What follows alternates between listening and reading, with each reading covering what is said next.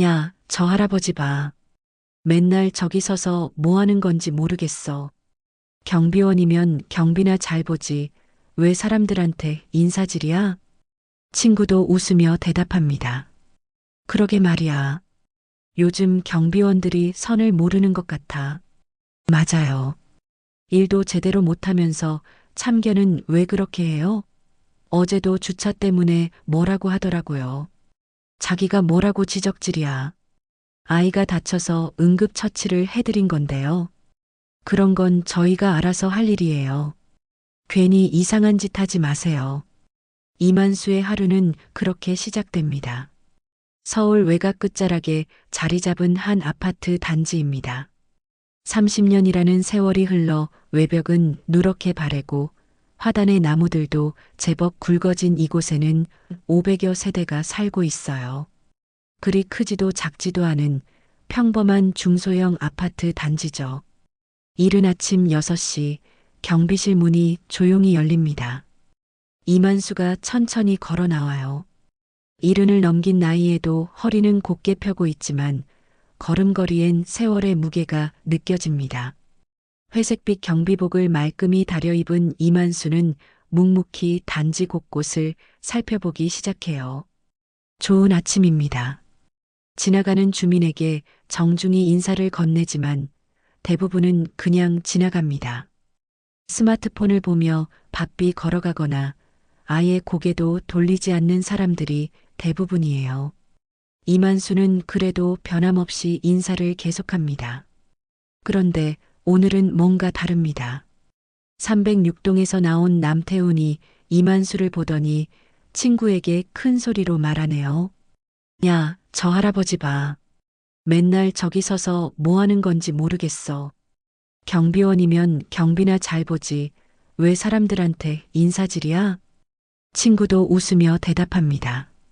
그러게 말이야. 요즘 경비원들이 선을 모르는 것 같아. 이만수는 그 말을 듣고도 아무 표정 변화가 없어요. 하지만 주먹이 살짝 떨리는 걸 보면 마음이 편하지만은 않은 것 같습니다. 오전 10시쯤 택배차가 들어옵니다. 평소보다 많은 택배가 도착했어요.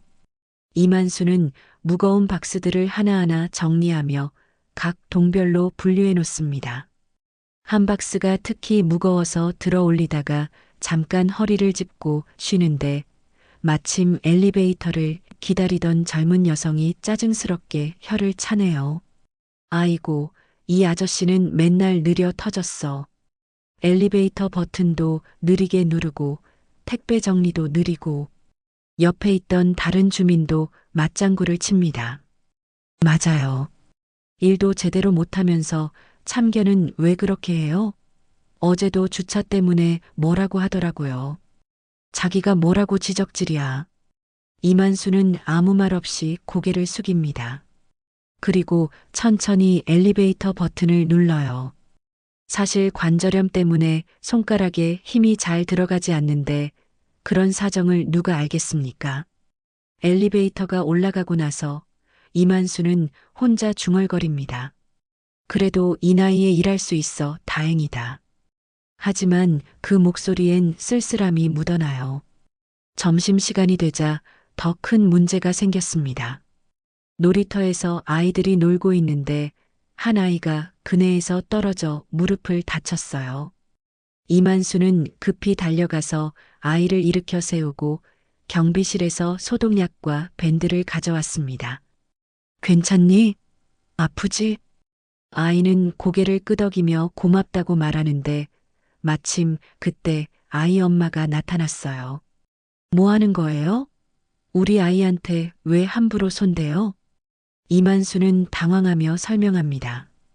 아이가 다쳐서 응급처치를 해드린 건데요. 그런 건 저희가 알아서 할 일이에요. 괜히 이상한 짓 하지 마세요. 엄마는 아이 손을 잡고 가면서 다른 엄마들에게 말합니다. 요즘 경비원들이 선을 모르는 것 같아요. 애들한테까지 참견하고 이만수는 그 자리에 서서 한참을 바라보다가 조용히 소독약과 밴드를 치웠습니다. 오후 3시쯤 남태훈이 친구들과 함께 나타났어요. 이만수가 화단에서 잡초를 뽑고 있는 모습을 보더니 큰 소리로 말합니다. 야, 진짜 웃기네. 저 할아버지 봐. 정원사도 아니면서 괜히 잡초 뽑고 있어. 친구 중 하나가 맞장구 칩니다. 그러게. 자기 일이나 제대로 하지. 괜히 오버하는 거 아니야? 남태훈이 이만수 앞으로 다가가서 말합니다. 아저씨, 화단은 관리사무소에서 알아서 하는 거예요. 괜히 나서지 마세요. 이만수는 잠깐 손을 멈추고 남태훈을 바라봅니다. 주민분들이 보기 좋으라고 하는 일인데요. 보기 좋으라고요? 누가 부탁했어요? 그냥 경비실에서 경비나 보세요. 남태훈의 말에 주변 사람들이 웃어넘깁니다. 이만수는 아무 말 없이 다시 잡초를 뽑기 시작해요.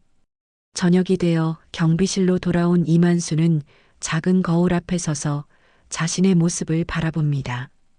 주름진 얼굴과 성성한 백발, 그리고 구부정해진 어깨, 거울 속 자신에게 조용히 말합니다. 이만수야, 참아라. 조금만 더 참아라. 그리고 책상 구석에 놓인 낡은 가방을 바라봅니다. 그 가방 안에는 아무도 모르는 이만수만의 이야기가 담겨 있어요. 색이 바랜 사진 몇 장과 낡은 신문 조각, 그리고 작은 상자 하나가 들어 있습니다. 밤이 깊어갈수록 이만수의 마음도 더 무거워집니다. 언제부터인가 이 아파트 사람들은 이만수를 투명인간 취급하기 시작했어요. 아니, 투명인간보다 못하게 여기는 것 같습니다. 마치 자신들보다 한참 아래에 있는 사람이라고 생각하는 것처럼요. 라디오에서 옛날 가요가 흘러나오자 이만수는 작은 소리로 따라 부릅니다. 그 노랫소리에는 말할 수 없는 슬픔이 묻어나요. 그렇게 이만수는 오늘도 조용히 하루를 마무리합니다.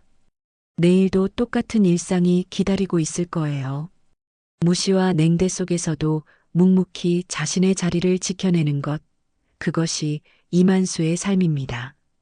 하지만 과연 언제까지 이런 일상이 계속될까요? 다음 날 아침도 여느 때와 다름없이 시작됩니다. 이만수는 경비실에서 나와 단지 곳곳을 점검하기 시작해요.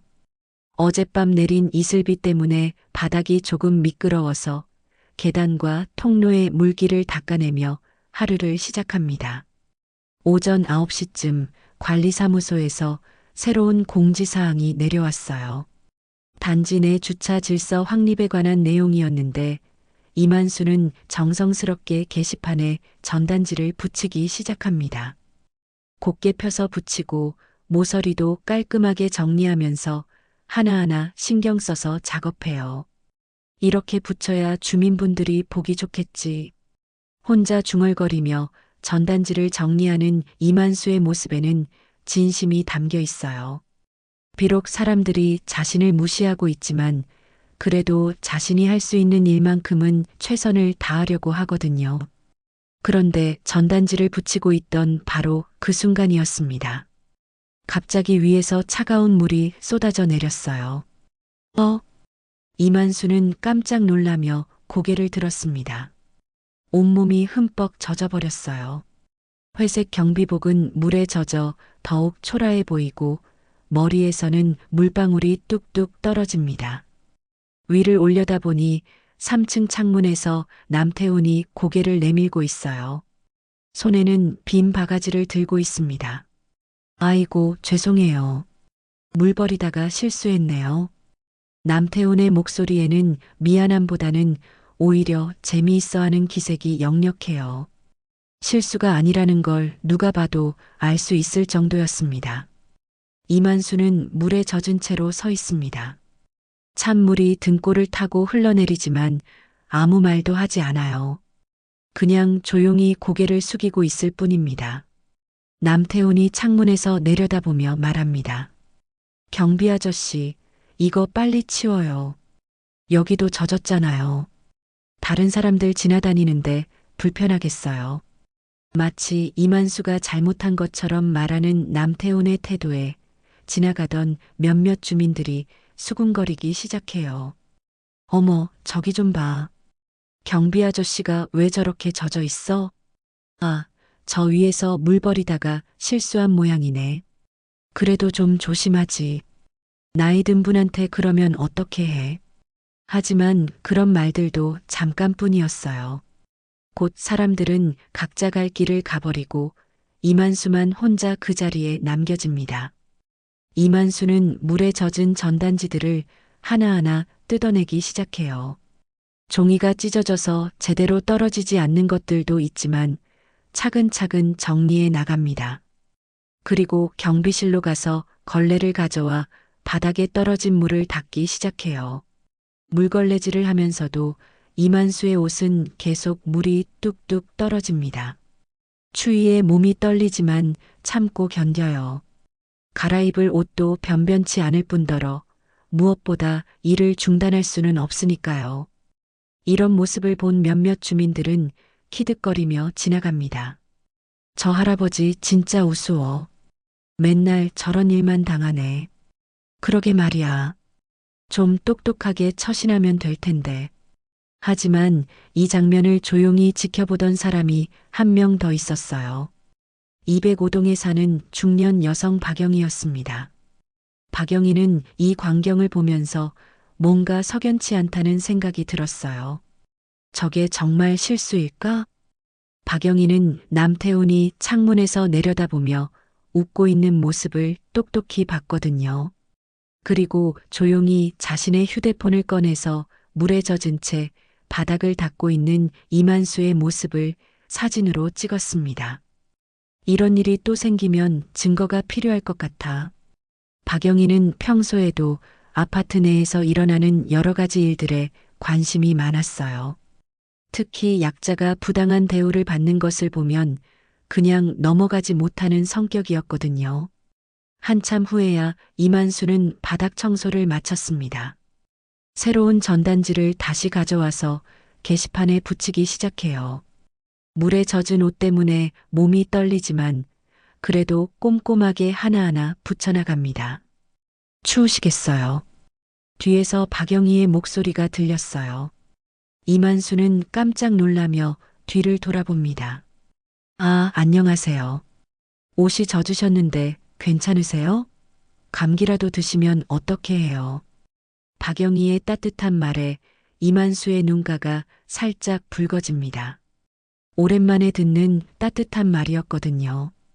괜찮습니다. 이런 일은 자주 있는 일이라서요. 자주 있는 일이라고요? 박영희는 의아한 표정을 지었어요.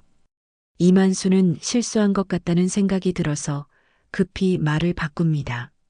아니, 그냥 일하다 보면 이런 일도 있다는 뜻이에요. 박영희는 더 묻고 싶었지만 이만수가 불편해하는 것 같아서 그만두었어요. 대신 따뜻한 음료수 하나를 건네줍니다. 이거라도 드세요. 몸이 차가우면 안 되니까요. 이만수는 감사하다며 음료수를 받아들였어요. 오랜만에 느끼는 사람의 온정이었습니다. 박영희가 떠나고 나서 이만수는 혼자 전단지 붙이는 일을 계속합니다. 하지만 마음 한편으로는 계속 남태훈의 그 웃음소리가 맴돌아요. 정말 실수였을까?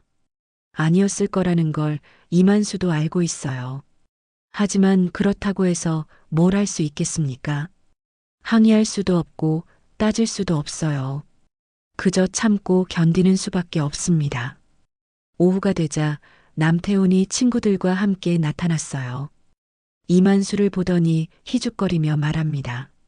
아저씨, 아침에 많이 놀라셨죠? 정말 죄송했어요.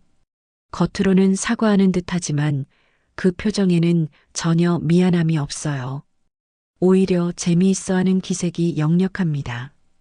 이만수는 아무 말 없이 고개만 끄덕입니다. 그날 저녁 이만수는 경비실에서 젖은 옷을 갈아입으며 생각에 잠겼어요. 언제까지 이런 식으로 살아야 할까요? 하지만 다른 선택지가 있는 것도 아니었어요. 라디오에서 흘러나오는 옛 가요를 들으며 이만수는 책상 구석의 낡은 가방을 바라봅니다. 그 안에는 지금의 자신과는 전혀 다른 모습의 이만수가 있어요. 하지만 그건 아무도 모르는 이야기입니다. 며칠이 지났습니다. 이만수는 여전히 묵묵히 자신의 일을 해나가고 있어요. 물벼락 사건 이후로도 남태훈의 괴롭힘은 계속되었지만 이만수는 참고 견뎌내고 있습니다. 그런데 이번 주 화요일 아침 아파트 단지에 예상치 못한 소식이 전해졌어요. 관리사무소 직원이 급하게 각동 게시판에 부고 안내문을 붙이기 시작했습니다. 주민들이 하나둘 모여들어 그 내용을 확인하는데 모두들 깜짝 놀란 표정을 짓고 있어요. 어머, 이게 무슨 일이야? 정말이야? 최 회장 아들이? 부고의 내용은 충격적이었습니다. 이 아파트 단지에 살고 있는 최 회장의 외동아들이 갑작스러운 교통사고로 세상을 떠났다는 소식이었어요. 고작 35살의 젊은 나이였습니다. 최 회장은 이 단지에서도 가장 넓은 펜트하우스에 살고 있는 대기업 회장이에요. 평소에는 거의 모습을 드러내지 않아서 많은 주민들이 그냥 부유한 사람 정도로만 알고 있었는데 이번 일로 그의 정체가 더 명확하게 드러났습니다. 최 회장이 그 유명한 대한건설 회장이었구나. 그러게 말이야. 방송에서도 나오는 그분이었네. 주민들 사이에서 웅성거림이 커졌어요. 평소 조용하던 단지가 갑자기 술렁이기 시작했습니다. 이만수도 게시판 앞에서 그 부고를 읽어보았어요. 잠깐 굳은 표정을 지었다가 조용히 경비실로 돌아갔습니다. 그리고 책상 구석에 있던 낡은 가방을 꺼내서 가만히 바라보았어요. 오후쯤 되자 더 자세한 소식이 전해졌습니다. 장례식은 서울 시내 최고급 장례식장에서 치러진다고 해요. 각계 인사들과 재계 관계자들이 대거 참석할 예정이고 아파트 주민 중에서는 일부만 조문 초청을 받게 된다고 했습니다. 남태호는 이 소식을 듣고 무척 들떠했어요. 야, 이거 대박이네. 최 회장 장례식에 갈 수 있으면 정말 좋겠다. 명함이라도 몇 장 돌릴 수 있을 텐데. 그러게 말이야. 이런 기회가 또 언제 오겠어. 주민들 사이에서는 누가 조문 초청을 받을지에 대한 관심이 높아졌어요. 평소 최 회장과 안면이 있던 몇몇 주민들은 은근히 기대하는 눈치였습니다.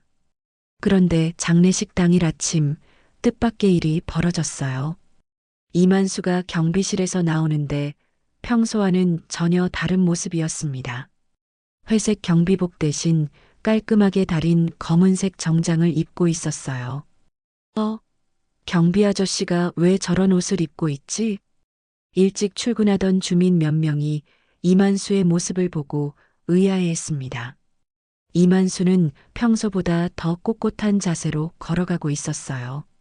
남태훈도 이 모습을 보고 코웃음을 쳤습니다. 저 할아버지가 뭘 하겠다고 저런 옷을 입고 있어? 설마 장례식에 가겠다는 건 아니겠지? 친구도 웃으며 맞장구 쳤어요. 그럴 리가. 초청도 받지 못했을 텐데 뭘 하겠다고. 하지만 이만수는 그들의 시선 따위는 신경 쓰지 않았어요. 묵묵히 자신의 길을 걸어갔습니다. 오전 10시쯤 아파트 주차장에 검은색 승용차 한 대가 나타났어요. 운전기사가 내려서 정중하게 이만수에게 인사를 했습니다. 이만수 선생님 모시러 왔습니다. 주민들은 더욱 어리둥절해했어요. 이만수가 누군가의 차를 타고 어디로 가는 걸까요? 저 할아버지가 누구 차를 타고 가는 거야? 무슨 일인지 모르겠네. 이만수는 차에 타기 전에 잠깐 뒤를 돌아보았어요. 자신을 바라보고 있는 주민들의 시선과 마주쳤지만 아무 말도 하지 않았습니다. 그리고 조용히 차에 올라탔어요. 차가 떠나고 나서도 주민들의 수군거림은 계속되었습니다. 저 사람이 최 회장과 무슨 사이일까? 글쎄, 옛날에 어디서 일했던 사이인가? 아니면 친척인가? 하지만 아무도 정확한 답을 알지는 못했어요. 평소 이만수에 대해 관심을 가진 사람이 아무도 없었으니까요. 남태우는 여전히 믿을 수 없다는 표정이었어요. 저런 늙은 경비원이 최 회장과 무슨 관계가 있겠어. 그냥 심부름이나 하러 가는 거 아니야? 하지만 박영희는 뭔가 다르다는 걸 직감했어요. 이만수의 표정과 태도에서 평소와는 다른 무언가를 느꼈거든요. 저분에게 뭔가 특별한 이야기가 있는 것 같아. 박영희는 이만수에 대해 더 알고 싶어졌어요. 물벼락 사건 때부터 계속 신경이 쓰였는데 오늘 일로 더욱 궁금해졌습니다. 한편 장례식장으로 향하는 차 안에서 이만수는 창밖을 바라보며 깊은 생각에 잠겨 있었어요. 오랫동안 감춰왔던 기억들이 하나둘 떠오르기 시작했습니다. 이제는 말해야 할 때가 온 건가? 이만수의 가슴 안쪽 주머니에는 작은 상자가 들어 있었어요. 아무도 모르는 그만의 비밀이 담긴 상자였습니다. 장례식장에 도착하기까지 이만수는 계속 그 옛날 일들을 떠올렸어요. 젊었던 시절의 자신과 최 회장의 모습이 선명하게 기억났습니다. 그때는 지금과는 전혀 다른 세상이었어요. 아파트 단지에서는 여전히 주민들의 추측이 이어지고 있었습니다. 과연 이만수와 최 회장 사이에는 어떤 이야기가 숨겨져 있는 걸까요? 서울 시내 최고급 장례식장. 평소라면 절대 들어올 수 없는 이곳에 각계각층의 인사들이 모여들고 있었어요. 정치인, 기업인, 사회 유명 인사들이 검은 옷을 입고 하나둘 조문을 위해 들어서고 있습니다. 장례식장 입구에는 화환들이 빼곡히 늘어서 있었어요. 대통령실, 국무총리실을 비롯해 주요 기업들의 화환이 줄지어 서 있는 모습이 이 장례식의 규모를 말해주고 있었습니다. 이만수가 탄 검은 승용차가 장례식장 앞에 멈췄어요. 운전기사가 급히 내려서 이만수를 위해 문을 열어주었습니다. 도착했습니다, 선생님. 이만수는 천천히 차에서 내렸어요. 깔끔하게 다린 검은 정장 차림의 이만수는 평소 경비복을 입었을 때와는 전혀 다른 모습이었습니다. 어깨를 쭉 펴고 당당하게 서 있는 모습에서는 오랫동안 감춰왔던 품격이 느껴졌어요. 장례식장 안으로 들어서자 웅성거리는 소리가 들렸습니다. 조문객들이 이만수를 보며 수군거리고 있었어요. 저분은 누구시지? 처음 보는 분인데 최 회장과 어떤 관계실까? 이만수는 그런 시선들을 아랑곳하지 않고 묵묵히 걸어갔어요. 손에는 정성스럽게 준비한 국화 한 송이를 들고 있었습니다. 그런데 이만수의 정장 왼쪽 가슴에는 작은 훈장 하나가 달려 있었어요. 낡고 색이 바랜 그 훈장을 자세히 보는 사람은 거의 없었지만 몇몇 나이든 조문객들은 그것이 무엇인지 알아봤습니다. 저건 무공훈장 아닌가? 그런 것 같네. 그런데 저분이 누구신지. 이만수는 천천히 영정사진이 있는 곳으로 걸어갔어요. 최 회장의 아들이 웃고 있는 영정사진 앞에서 잠깐 멈춰 섰습니다. 그리고 깊숙이 고개를 숙여 정중한 경례를 올렸어요. 그 순간이었습니다. 장례식장 한쪽에서 최 회장이 나타났어요. 70대 중반의 최 회장은 상복을 입고 있었지만 여전히 위험 있는 모습이었습니다. 최 회장이 이만수를 보자마자 급히 다가왔어요. 그리고 모든 사람들이 보는 앞에서 이만수에게 깊숙이 절을 했습니다. 은희님, 정말 감사합니다. 이런 자리까지 와주시다니. 조문객들은 깜짝 놀랐어요. 제게의 거물인 최 회장이 누군가에게 저렇게 깎듯이 인사하는 모습을 본 적이 없었거든요. 삼가 조의를 표합니다. 이만수의 목소리는 차분하면서도 위험이 있었어요. 평소 아파트에서 보던 그 소심하고 위축된 모습과는 완전히 달랐습니다. 최 회장은 이만수의 손을 잡으며 말했어요. 은희님이 아니었다면 제가 지금 여기에 있을 수도 없었을 텐데 아들 녀석도 태어나지 못했을 거고요. 주변 사람들이 웅성거리기 시작했어요. 최 회장과 이 낯선 노인 사이에 무슨 일이 있었던 걸까요? 그때 최 회장의 부인이 나타났어요. 그녀도 이만수를 보자마자 눈물을 글썽이며 다가왔습니다. 아버님, 정말 오셨군요. 최 회장 부인도 이만수에게 깍듯이 인사를 했어요. 마치 친아버지를 대하는 것 같은 모습이었습니다. 이만수는 담담하게 말했어요. 힘든 일을 당하셨습니다. 저도 마음이 아픕니다. 바로 그때 장례식장 안에서 유족 대표가 조문객들을 향해 이야기를 시작했어요. 오늘 이 자리에 참석해 주신 모든 분들께 감사드립니다. 그리고 특별히 한 분을 소개해 드리고 싶습니다. 모든 사람들의 시선이 한 곳으로 집중되었어요. 저기 계신 이만수 어르신은 저희 아버지를 전쟁터에서 구해주신 생명의 은인이십니다. 장례식장 안이 순간 조용해졌어요. 모든 사람들이 이만수를 바라보고 있었습니다. 유족 대표가 계속 말했어요. 6.25 전쟁 당시 이만수 어르신은 포탄이 터지는 전장에서 부상당한 저희 아버지를 구해주셨습니다. 자신의 목숨을 걸고 말입니다. 조문객들 사이에서 감탄의 소리가 흘러나왔어요. 그 후로도 저희 아버지는 평생 이만수 어르신을 은인으로 여기며 지내왔습니다. 하지만 어르신께서는 그런 사실을 숨기고 조용히 살아오셨습니다. 이만수는 여전히 침묵을 지키고 있었어요. 하지만 그의 눈에는 깊은 추억과 아픔이 스쳐 지나가고 있었습니다. 오늘 이 슬픈 자리에서도 이만수 어르신이 직접 조문해 주신 것을 저희 가족은 평생 잊지 않겠습니다. 그 순간 장례식장 안의 모든 사람들이 하나둘 고개를 숙이기 시작했어요. 처음에는 한두 명이었는데 점점 더 많은 사람들이 이만수에게 경의를 표하기 시작했습니다. 정치인들, 기업인들, 사회 유명 인사들까지 모두 이 평범해 보이는 노인에게 고개를 숙이고 있었어요. 몇몇은 아예 무릎을 꿇기도 했습니다. 이만수는 그런 모습들을 조용히 바라보았어요. 오랜 세월 동안 숨겨왔던 자신의 과거가 이렇게 드러나는 순간이었습니다. 바로 그때였습니다.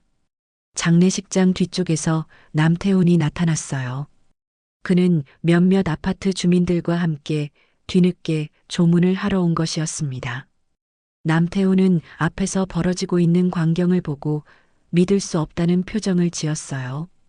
자신이 그렇게 무시하고 괴롭혔던 그 경비원 할아버지가 이 모든 사람들로부터 존경받고 있는 모습을 보고 있었거든요. 저게 정말 우리 아파트 경비 아저씨야? 남태훈의 목소리는 떨리고 있었어요. 함께 온 주민들도 마찬가지였습니다. 이만수는 여전히 영정사진 앞에 서서 조용히 고인의 명복을 빌고 있었어요. 그 모습에서는 말로 표현할 수 없는 품격과 존엄성이 느껴졌습니다.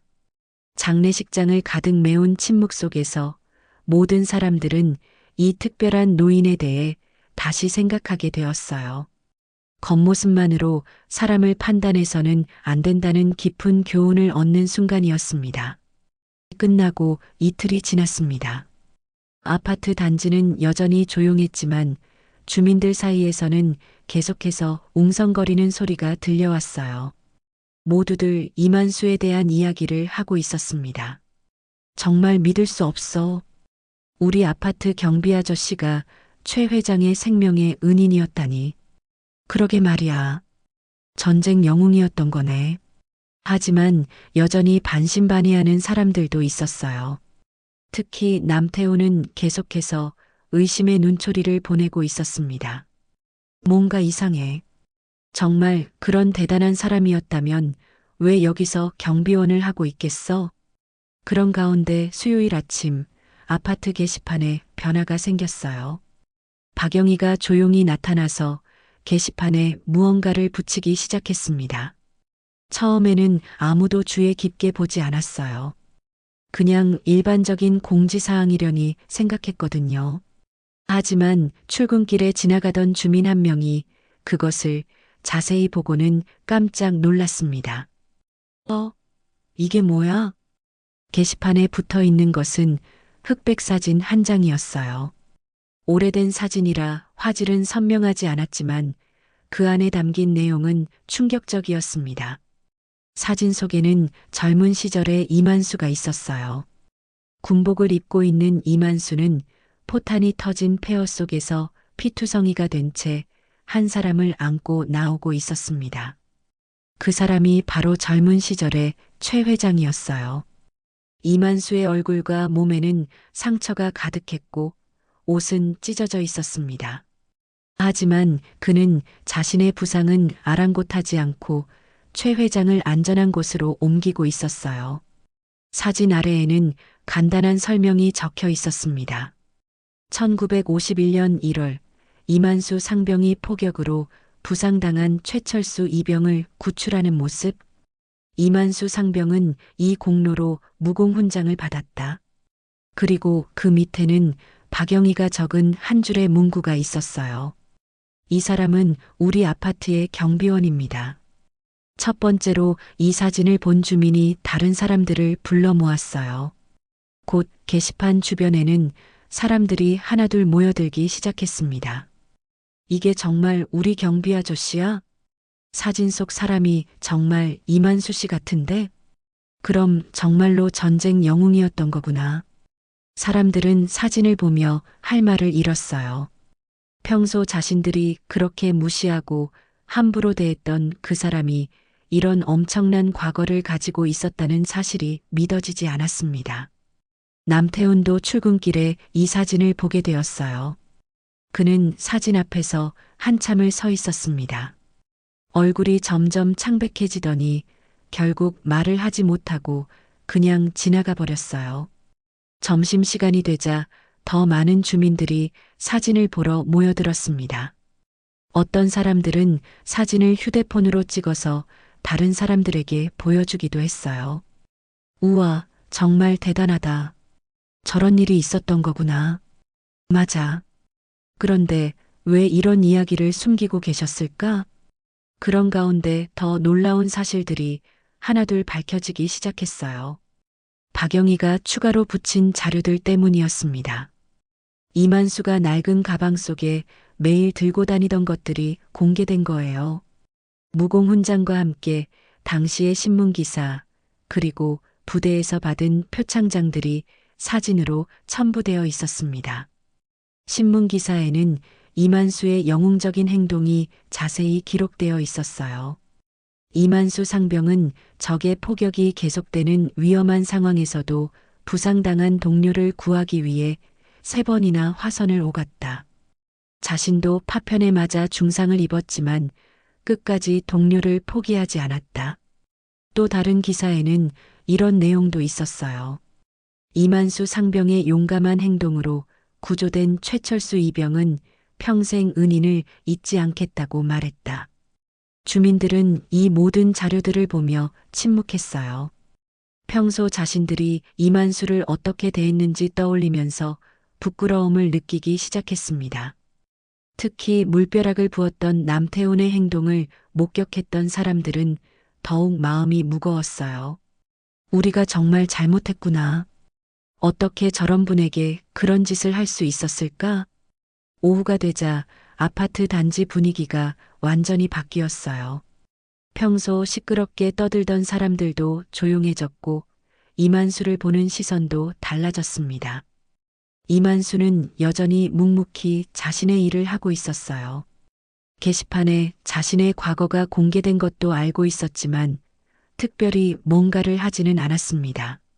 그냥 평소와 똑같이 청소를 하고 택배를 정리하고 단지를 순찰했어요. 하지만 주민들의 태도는 확연히 달라졌습니다. 지나가면서 인사하는 사람들이 늘어났고 함부로 말하는 사람은 거의 없어졌어요. 남태훈은 하루 종일 이만수를 마주치지 않으려고 노력했어요. 마주칠 때마다 가슴이 찔리고 부끄러웠거든요. 자신이 그렇게 무시하고 괴롭혔던 사람이 진짜 영웅이었다는 사실을 받아들이기가 어려웠습니다. 저녁이 되어서야 남태우는 용기를 내서 게시판 앞에 다시 섰어요. 사진을 다시 한번 자세히 보면서 생각에 잠겼습니다. 내가 정말 큰 실수를 했구나. 그 순간 뒤에서 박영희의 목소리가 들렸어요. 후회되시죠? 남태우는 깜짝 놀라며 뒤를 돌아봤습니다. 이 사진을 어떻게 구하신 거예요? 이만수 선생님께서 직접 주셨어요. 더 이상 숨기고 싶지 않다고 하시면서요. 박영희의 말에 남태우는 더욱 부끄러워졌어요. 제가 정말 잘못했습니다. 저한테 사과할 일이 아니죠. 정작 사과받아야 할 분은 따로 계시잖아요. 박영희의 말이 남태훈의 가슴을 깊숙이 찔렀습니다. 이제 정말로 이만수에게 사과해야 할 때가 온 것 같았어요. 그날 밤 아파트 단지는 유난히 조용했습니다. 많은 주민들이 자신들의 행동을 돌아보며 반성하는 시간을 가지고 있었거든요. 사진이 게시판에 붙은 지 일주일이 지났습니다. 그동안 아파트 단지의 분위기는 완전히 바뀌어 있었어요. 평소 시끄럽게 떠들던 사람들도 조용해졌고 이만수를 대하는 태도도 180도 달라졌습니다. 그런 가운데 정기 입주자 회의가 열리는 날이 다가왔어요. 매달 둘째 주 토요일 오후에 열리는 이 회의에는 평소 30명 정도가 참석하는데 이번에는 예상보다 훨씬 많은 사람들이 모여들었습니다. 회의실에는 60명이 넘는 주민들이 자리를 차지했어요. 모두들 평소보다 진지한 표정이었습니다. 이만수에 대한 이야기가 나올 것을 예상하고 있었거든요. 회의가 시작되자 관리사무소장이 평소와 같이 여러 안건들을 다루기 시작했어요. 주차 문제, 관리비 문제, 시설 보수 문제 등이 논의되었지만 사람들의 관심은 다른 곳에 있었습니다. 1시간 정도 지나서야 드디어 그 이야기가 나왔어요. 박영희가 손을 들고 발언권을 요청했습니다. 사무소장님, 잠깐 다른 이야기를 해도 될까요? 네, 말씀하세요. 박영희는 천천히 일어서서 주변을 둘러보았어요. 모든 사람들의 시선이 자신에게 집중되어 있었습니다. 우리 단지 경비원 이만수 선생님에 대한 이야기입니다. 순간 회의실이 조용해졌어요. 모두들 이 순간을 기다리고 있었지만 막상 이야기가 나오자 긴장되었습니다.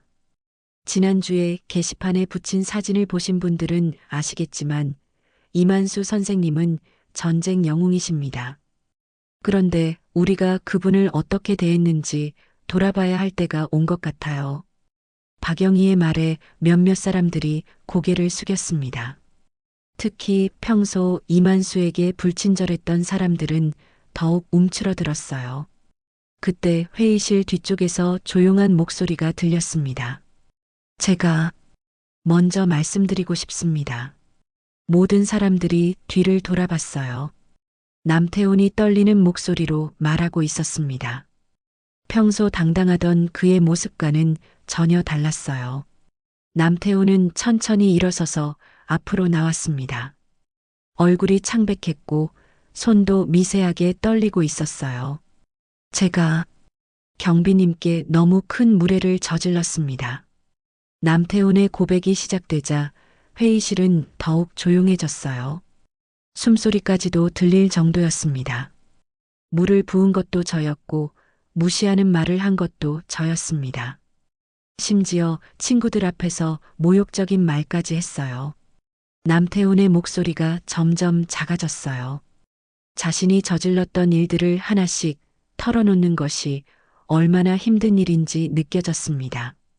말로 사과하기엔 너무 부족한 일이었고 정말 후회합니다. 어떻게 저런 분에게 그런 짓을 할 수 있었는지 제 자신이 부끄럽습니다. 남태훈의 고백을 들으며 다른 주민들도 하나둘 자신들의 행동을 돌아보기 시작했어요. 직접적으로 괴롭히지는 않았어도 무관심하거나 무시했던 일들이 떠올랐습니다. 그때 회의실 문이 조용히 열렸어요. 이만수가 들어오고 있었습니다. 평소와 같은 회색 경비복 차림이었지만 사람들이 보는 시선은 완전히 달라져 있었어요. 이만수는 뒤쪽 빈자리에 조용히 앉았습니다. 아무 말도 하지 않고 가만히 앉아서 회의를 지켜보고 있었어요. 남태호는 이만수가 들어온 것을 보고 더욱 당황했습니다. 하지만 이미 시작한 고백을 멈출 수는 없었어요. 경비님이 들어오셨네요. 더욱 부끄럽지만 계속 말씀드리겠습니다. 남태호는 이만수를 바라보며 말했어요. 저는 경비님을 그냥 나이든 일꾼 정도로만 생각했습니다. 존중해야 할 어른이라는 생각을 전혀 하지 못했어요. 정말 잘못된 생각이었습니다. 이만수는 여전히 아무 말 없이 남태훈을 바라보고 있었어요. 그 시선에는 분노나 원망보다는 안타까움이 느껴졌습니다.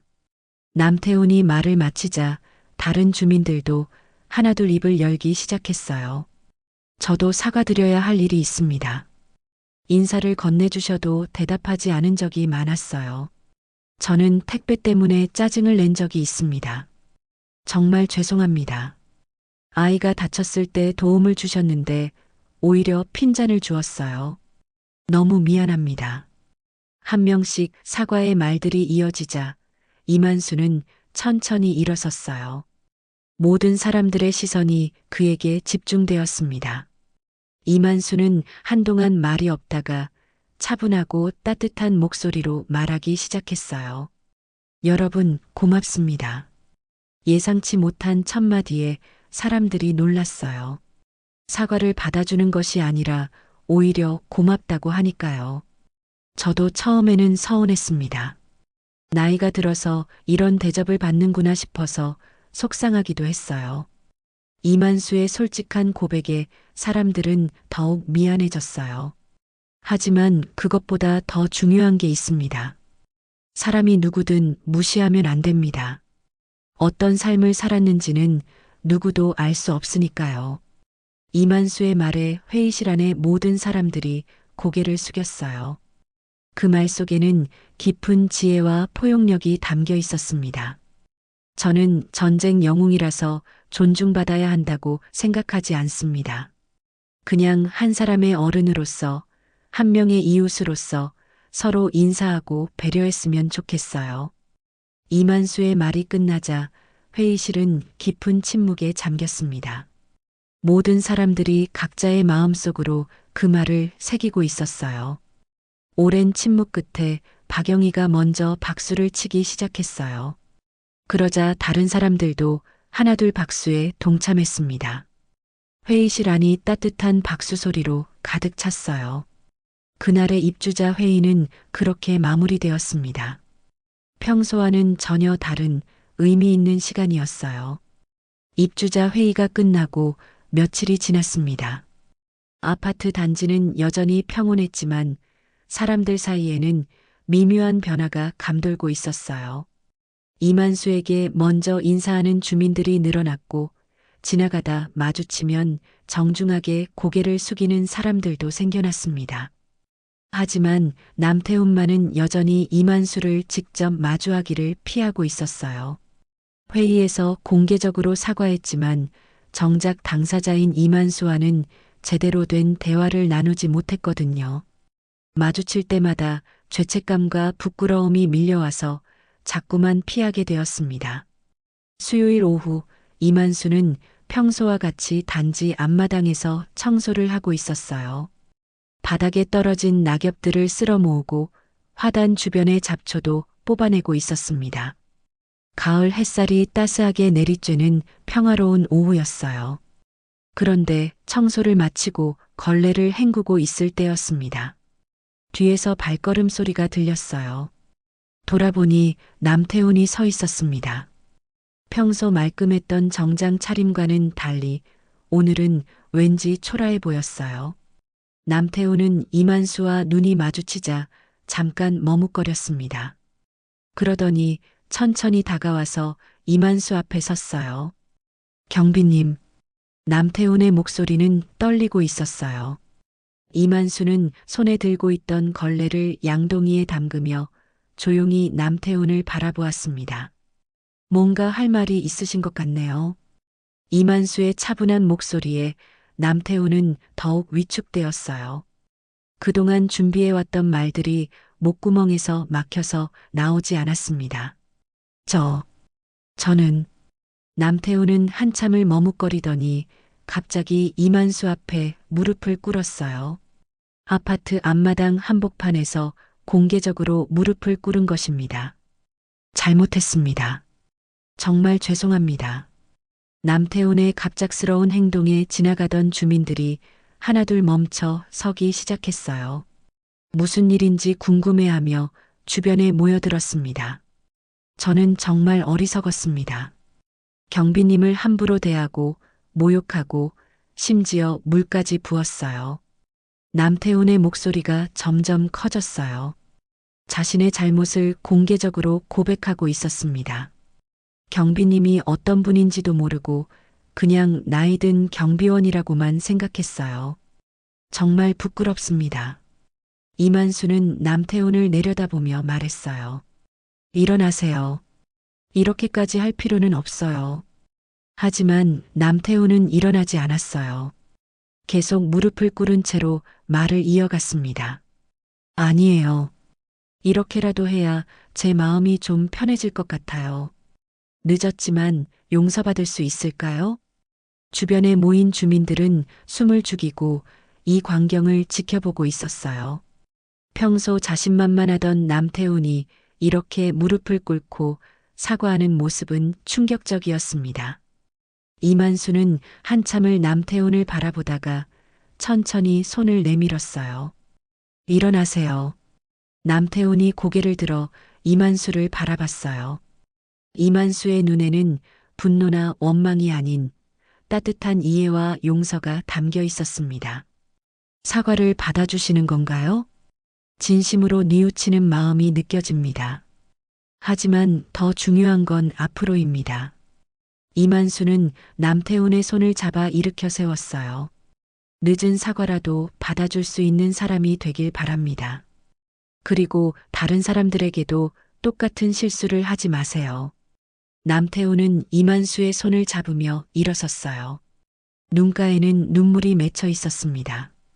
감사합니다. 정말 감사합니다. 평생 잊지 않겠습니다. 주변에서 지켜보던 주민들도 감동받은 표정이었어요. 몇몇은 눈물을 닦기도 했습니다. 박영희가 앞으로 나서서 말했어요. 정말 용기 있는 일이었어요. 쉽지 않았을 텐데. 다른 주민들도 하나둘 고개를 끄덕이며 동의했어요. 맞아요. 저런 식으로 사과하기 정말 어려운데. 남태훈 씨가 달라 보여요. 정말 뉘우치는 것 같아. 남태훈은 주변 사람들을 둘러보며 말했어요. 여러분도 들으세요. 저는 정말 잘못했어요. 이만수 경비님은 우리가 존경해야 할 뿐입니다. 앞으로는 절대 이런 일이 없도록 하겠어요. 이만수는 남태훈의 어깨에 손을 올리며 말했어요. 과거는 과거입니다. 이제 새로 시작하면 돼요.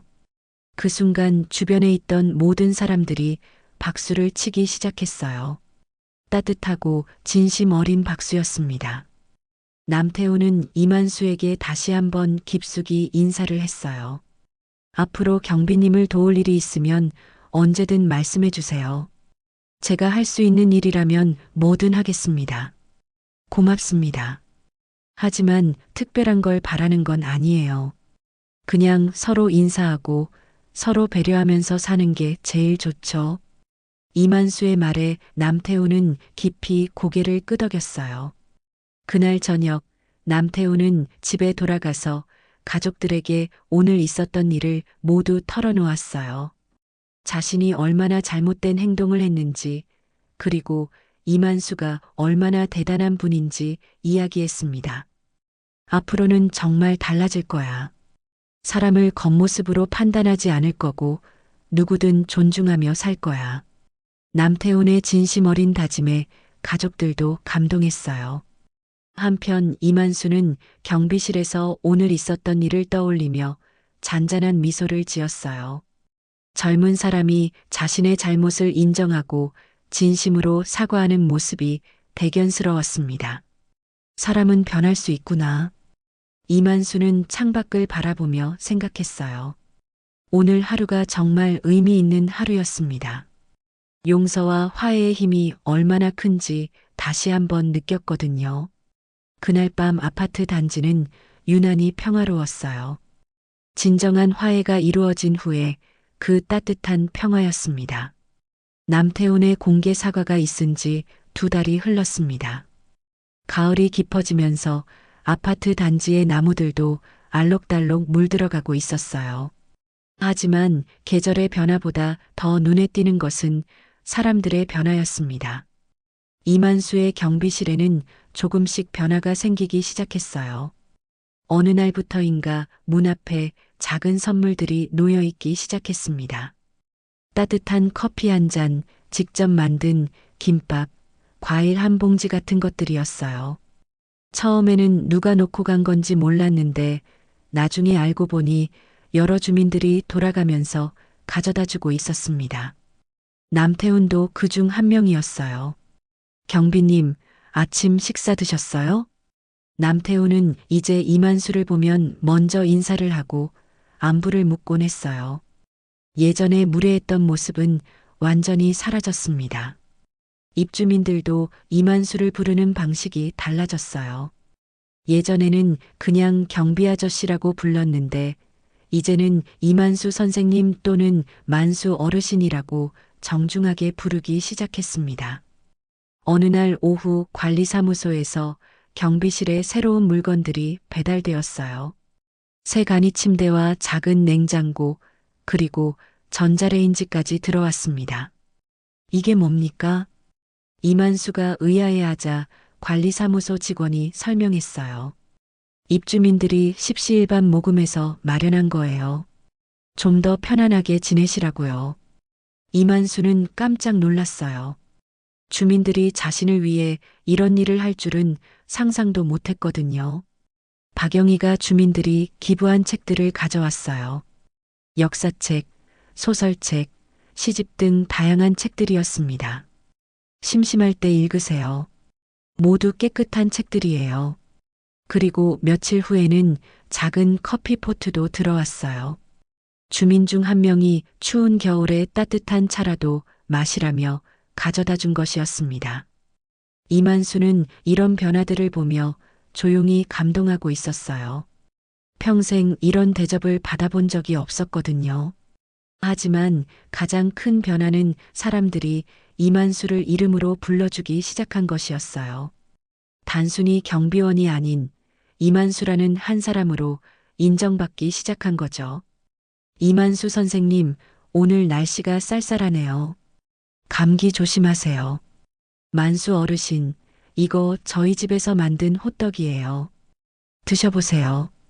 이런 따뜻한 말들을 들을 때마다 이만수의 마음은 따뜻해졌어요. 11월 말, 이만수는 중요한 결정을 하게 되었습니다. 관리사무소에 퇴직 의사를 밝힌 것이에요. 왜 갑자기 그런 생각을 하시는 거예요? 관리사무소장이 놀라며 물었습니다.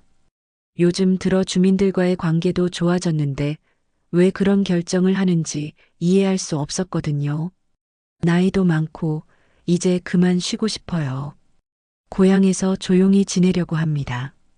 이만수의 결정은 확고했어요.